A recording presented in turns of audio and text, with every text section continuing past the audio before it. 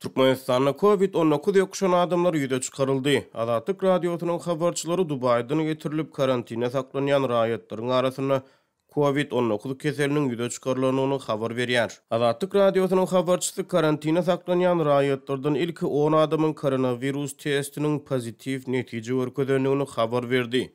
Sonra habarçy Türkmenistanyň Saglyk goraýyş we derman Fenagat ministrligine bir çeşme salgylanyp bu sanyň 40'a ýetendigini we olaryň häzirki wagtda Türkmenabadyň ýoklanş keselleri hassaxanasyna ýerleşdirilendigini habar berdi. Habarçy koronavirus tapylan soň Dubaydan gelen toparyň ählisiniň 21 günlük karantin möhletiniň uzaldyrylynyny habar berdi. Azatlygyň ikinji habarçysy koronavirus tapylan raýatlaryň ählisiniň ýoklanş keselleri hassaxanasyna ýerleşdirilendigini tasdiklady.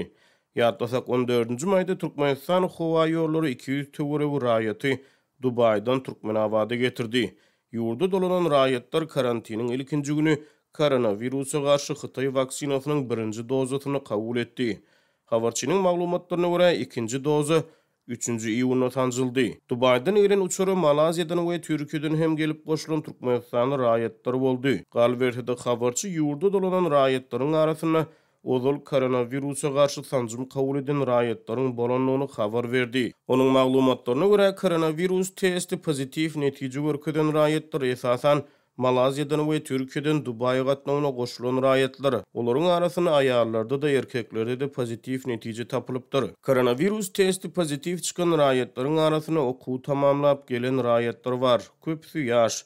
Olaryň arasynda Malaziýada ýokary bilim alyp gelen raýatlar bar diýip habarçy aýtdy. Bütün dünýä Saglyk goraýyş guramasynyň maglumatlaryna görä ozal sanjym kabul eden adamlaryň koronavirus testi ören seýrek ýagdaýda pozitiv netije görkezmegi mümkin. Vaksinalaryň hiç gaýsy 100% täsiri däl. Munyň netijesini COVID-19 vaksinasynyň soňra garaşylyşy ýaly gorak ösdürmedik az sanly adam bolmagy mümkin diýip bütün dünýä Saglyk goraýyş guramasynyň web-sayty aýdýar. Gavi vaksina ýaranlygynyň maglumatlaryna görä ozal sanjym kabul eden adamlaryň koronavirus testleri diňe 2 ýagdaýda pozitiv netije görkezmegi mümkin. Ya testi pozitiv netije görkezden adam ýoklanjy garşy gorak ösdürmedik ören seýrek adamlardan biridir. Ya da testin netijesi ýalňyşdyr.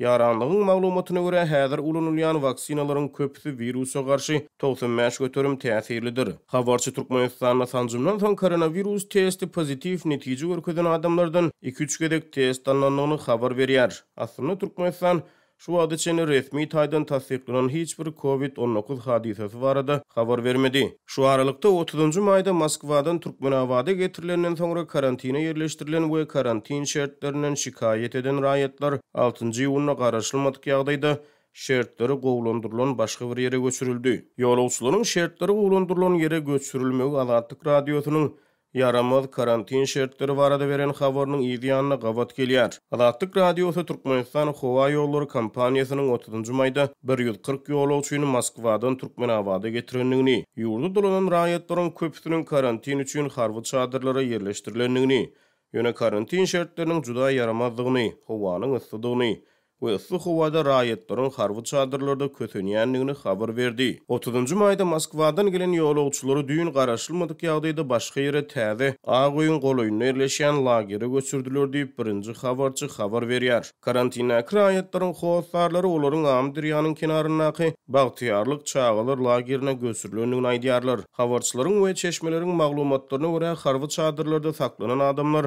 5-nji iýuny güni şertlere nägilelik bildirip protest geçiripdirler. Howanyň temperaturasy Türkmenabadyň karantin şertlerine 47 gradusyny geçipdir. Bu raýatlar egerde karantina saklajak bolsaňyz şertleri gowlandyryň diýip öz talaplaryny öňe süripdirler. Egerde biziň şertlerimizi gowlandyrmasaňyz biz karantina galmar diýip protesti dowam etdiripdirler diýip karantin astyna bir ýolagçynyň howsary aýdýar. Şondan soňra 6-njy iýulda olaryň talaplaryna laýyklykda harby çadyrdaky raýatlar Türkmenabadyň günnäguruna Amdirýanyň kenaryna ýerleşýän Bagtyarlyk çağalar lagerine göçürdiler diýip karantin astyna bir raýatyň howsary sözüne goşdy. Galbertede bu harby çadyrlarda Russiýadan deport edilen 30 Türkmenistanly öňkü tutsagan marakeny. Olar 30-njy maýda Moskwadan Türkmenabada getirilen uçurdy.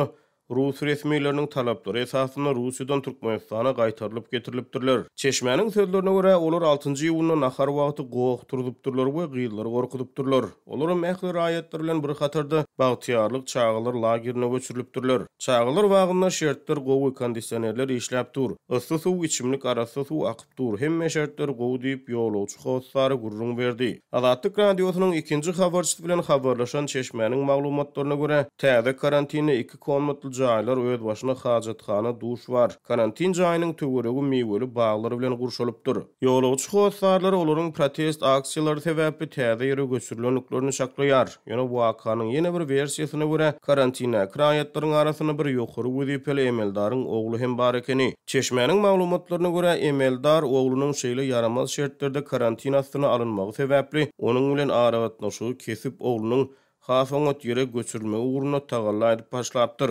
Habarçynyň maglumatlaryna görä Türkmenabatdaky bagtyarlyk çağalar lageri mundan 6-7 ýyl ozal prezidentiň gatnaşmagyna açylyp ulanylmagy berildi. Dubaydan gelen raýatlaryň karantin möhleti uzaldylyp Moskwadan gelen raýatlar şertleri gowlandyrylan çağalar bagyna göçürilýän mahaly Türkmenistan ýurtda resmi taýdan hasabalan COVID-19 hadiseleri barada habar bermeýär. Pandemiýanyň ilkinji günlerinden bäri häkimetler şeýle maglumatlary hamaly döwlet surýaly çemeleşip gelýär.